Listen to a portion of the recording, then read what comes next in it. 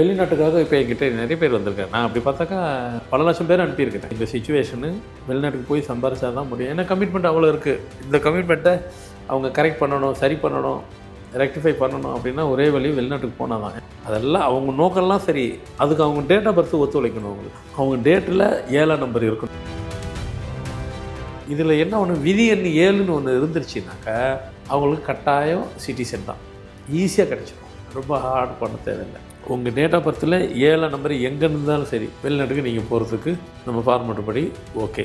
இல்லாதவங்க போகிறது தான் கஷ்டம். இல்லாதவங்களை தான் நான் நிறைய பேர் அனுப்பியிருக்கேன். யாரெல்லாம் வெளிநாட்டுக்கு போகணுன்ற எண்ணங்கள் கூட வச்சுக்கூடாது சார். டேட் ஆஃப் பர்த்தில் 7 எங்கேயுமே இல்லைன்னா அவங்களுக்கு அந்த மைண்டே இருக்காது. இஷ்டப்பட்டு போய் இருக்கிறவங்கலாம் பார்த்தீங்கன்னா விதி எண்ணில் 7 இருக்குது, அவங்க டேட்டில் 7 அங்கே இருக்கிறவங்க அவங்க மைண்ட்லாம் இங்கே இருக்காது. நான் வெளிநாட்டுக்கு போகணும், அங்கே சம்பாதிக்கணும், அங்கே தான் இருக்கணும், இப்படி தான் இருக்கும். இந்த டேட்டில் பிறந்தவங்களுக்கு இத்தனை வருஷம் தான் வெளிநாட்டு வாழ்க்கை அப்படின்றத நம்ம வந்து தோராயமாக சொல்கிறதுக்கு வாய்ப்புகள் ஏதாவது உண்டா சார்? விதி எண்ணில் 7 இருந்துருச்சுனாக்கா லைஃபே வந்துட்டு வெளிநாட்டில் தான் அவங்களுக்கு சிட்டிசனே கிடைக்கும். இங்கே தான் பிறந்திருப்பாங்க, வெளிநாட்டில் சிட்டிசன் வாங்கிடுவாங்க.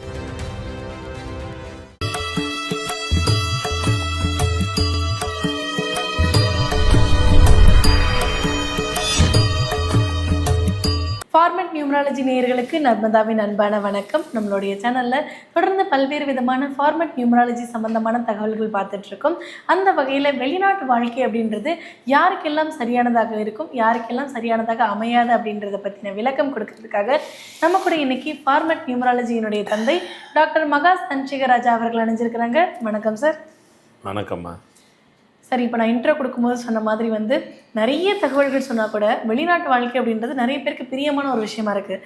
சில பேருக்கு வந்து அது ரொம்ப வலியான ஒரு விஷயமா இருந்தால் கூட வாழ வேண்டிய கட்டாயத்தில் இருக்காங்க சார். அந்த மாதிரி வெளிநாட்டு வாழ்க்கை அப்படின்றது யாருக்கெல்லாம் சரியானதாக இருக்கும், யாருக்கெல்லாம் வலியானதாக இருக்கும் சார்? அதை கண்டிப்பாக சொல்கிறேன். அதுக்கு முன்னாடி வெளிநாட்டு வாழ்க்கைங்கிறது முதல்ல எல்லாரும் புரிஞ்சிக்கிறது. நாம் நினச்சிக்கிறோம் வெளிநாட்டுக்கு போகிறாங்க, நல்லா சம்பாதிக்கிறாங்க, நல்லா வருமானம் வருதுன்ட்டு. ஆனால் அங்கே வெளிநாட்டுக்கு போகிறவங்க அவ்வளோ பேரும் வந்துட்டு லைஃப் சேக்ரிஃபைஸ் தான் பண்ணுறாங்க. சேக்ரிஃபைஸ்னாக்கா ஃபஸ்ட்டு ஒரு பாயிண்ட்டு, இங்கே அவங்க உள்நாட்டில் எதெல்லாம் அவங்களுக்கு பிடிக்காதோ அதை தான் அங்கே போய் சாப்பிட்ணும். இங்கே எதெல்லாம் பிடிக்காதோ அதை தான் அங்கே போய் சாப்பிட்ணும்.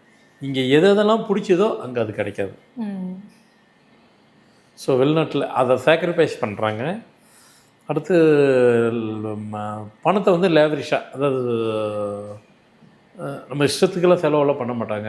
சிக்கனை இங்கே பார்த்தாங்களோ இல்லையோ வெளிநாட்டில் போய் பார்ப்பாங்க. அப்படிலாம் மிச்சப்படுத்தி தான் வந்துட்டு ஃபேமிலியில் பணம் நிறைய அனுப்புகிறாங்க. வழக்கத்துக்கு மாறாக நம்மளோட மணியோட அவங்களுக்கு பணம் அதிகன்றதுனால பணம் கிடைக்குது. லைஃப்பை சேக்ரிஃபைஸ் பண்ணிட்டு தான் பணம் கிடைக்குது. இதுதான் உண்மை. இதில் வெளிநாட்டுக்காக இப்போ என்கிட்ட நிறைய பேர் வந்திருக்காங்க. நான் அப்படி பார்த்தாக்கா வேர்ல்டு ஃபுல்லாக இந்த இத்தனை வருஷம் சர்வீஸில் கவுண்ட்லாம் பண்ணல, பல லட்சம் பேர் அனுப்பியிருக்கிறேன் வெளிநாட்டுக்கு. வேலைக்காக சொல்லுவாங்க, எங்கள் சிச்சுவேஷனு வெளிநாட்டுக்கு போய் சம்பாரிச்சா தான் முடியும். ஏன்னா கமிட்மெண்ட் அவ்வளோ இருக்குது. இந்த கமிட்மெண்ட்டை அவங்க கரெக்ட் பண்ணணும், சரி பண்ணணும், ரெக்டிஃபை பண்ணணும் அப்படின்னா ஒரே வழி வெளிநாட்டுக்கு போனால் தான். ஏன்னா வெளிநாட்டுக்கு போகிறவனுடைய நோக்கமே வந்து அதிகப்படியாக பணம் வருது. அதில் என்ன இருக்குது, இப்போ உள்ள சூழ்நிலைக்கு இங்கே உள்ளது முடியல அப்படின்னு வெளிநாட்டுக்கு.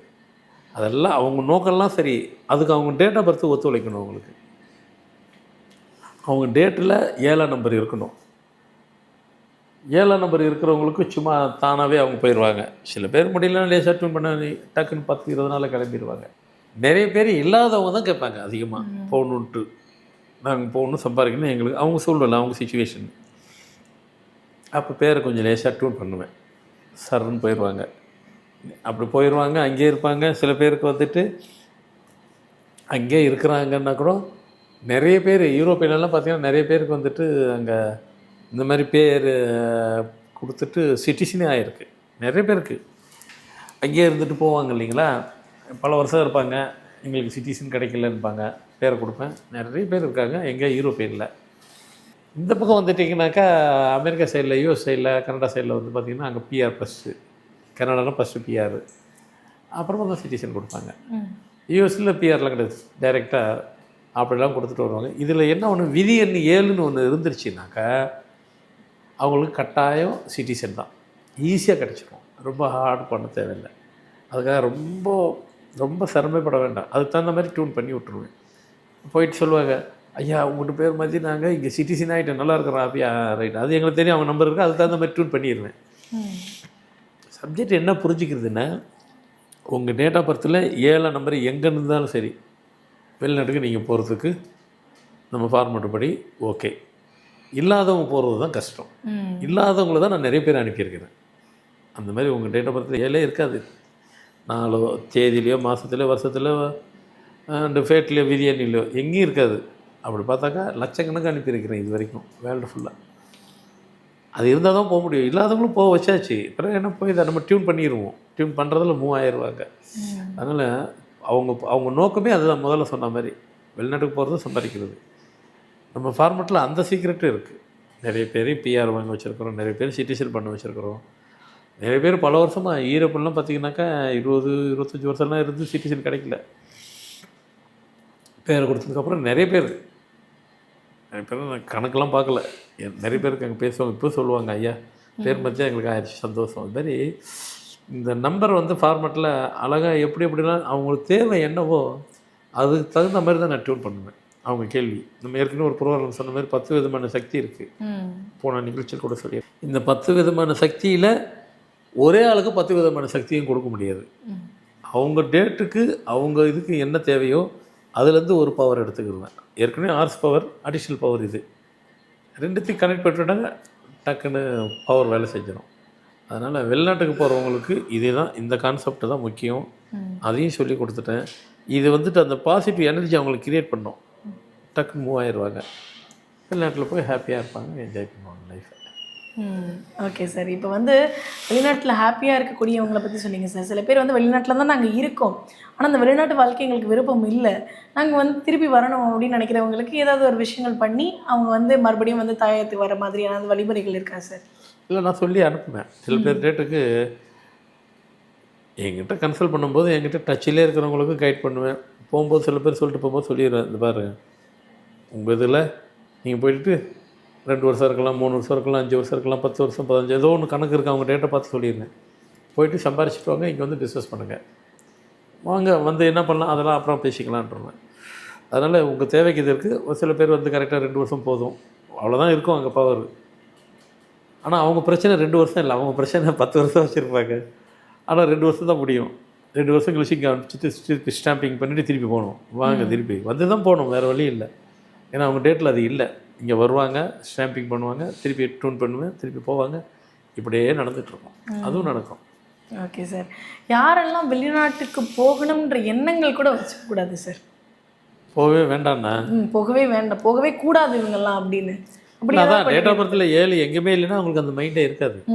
இப்போ நான் சொன்னதெல்லாம் வந்துட்டு ஏன் போகிறாங்கன்னாக்கா ஃபேமிலி சுச்சுவேஷன், கமிட்மெண்ட்டு, அதனால் அவங்க போகிறாங்க. அவங்க இஷ்டப்பட்டு போய் அங்கே இருக்கணுன்றதெல்லாம் இல்லை. இந்த இஷ்டப்பட்டு போய் இருக்கிறவங்கலாம் பார்த்தீங்கன்னா விதியனில் 7 இருக்குது, அவங்க டேட்டில் 7 அங்கே இருக்கிறவங்க அவங்களுக்கு மைண்ட்லாம் இங்கே இருக்காது. நான் வெளிநாட்டுக்கு போனால் அங்கே சம்பாதிக்கணும், அங்கே தான் இருக்கணும், இப்படி தான் இருக்கும். ஒரு வீட்டில் 2 பசங்க 3 பசங்க இருக்கனாலும் ஒருத்தருக்கு அது இருந்துன்னா அவங்க மைண்ட் எங்கே இருக்கும், இன்னொருத்தருக்கு இருக்காது. நான் அதை ஈஸியாக சொல்லிடுவேன், இவங்களுக்கு இருக்குது கரெக்டாக சொன்னீங்க, அது நம்பர் தான் வேறு என்ன. அதனால் வந்துட்டு நீங்கள் சொன்ன மாதிரி அந்த மாதிரி மைண்டே இல்லாதவங்களுக்குன்னா அந்த டேட்டில் அவங்களுக்கு அந்த நம்பரே இல்லைன்னா வராது, மைண்டே இருக்காது. அப்படி அவங்க போகணுன்னு இன்ட்ரெஸ்ட் எடுக்கிறதுக்கு ரீசன் வந்து அவங்க ஃபேமிலி சுச்சுவேஷன், கமிட்மெண்ட்டு அது இருக்கிறனால போகிறாங்க. அதில் ஒன்றும் தப்பு கிடையாது. போகிறது அதுக்கு தானே, கமிட்மெண்ட்டை கரெக்ட் பண்ணிவிட்டு ஃப்ரீ ஆகிடணும், அதுக்கப்புறம் ஹாப்பியாக லைஃப் இருக்கணும்னு லீட் பண்ணணும்னு நினைக்கிறாங்க. ஒன்றும் தப்பு இல்லை, போயிட்டு வரட்டும். நான் அனுப்பிச்சி விட்ருவேன், சம்பாரிச்சிட்டு வருவாங்க, முடிச்சுட்டு எல்லாத்தையும் சரி பண்ணிட்டதுக்கப்புறம் அப்புறம் பார்த்துக்கலான்னு விட்ருவேன்.